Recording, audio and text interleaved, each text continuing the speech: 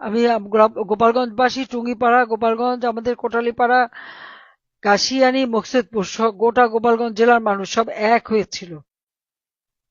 এবং তারা যে সাহস দেখিয়েছে, আমি তাদের প্রতি আমার কৃতজ্ঞতা জানাই। কারণ আমি গোপালগঞ্জের মেয়ে হিসেবে তারা আমাকে সবসময় আগলে রেখেছে।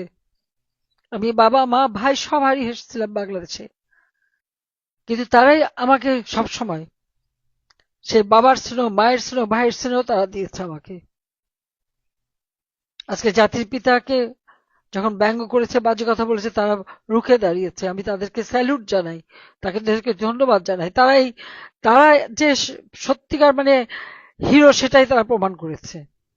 আর যাদের উপর যে অত্যাচার নির্যাতন, আমার মহিলা আওয়ামী লীগের নেতা তাদেরকে পর্যন্ত গ্রেপ্তার করেছে, সন্তান সহ গ্রেপ্তার করেছে। আজকে আমাদের নেতা কর্মীরা 2টা বছর ধরে কারাগারে বন্দী।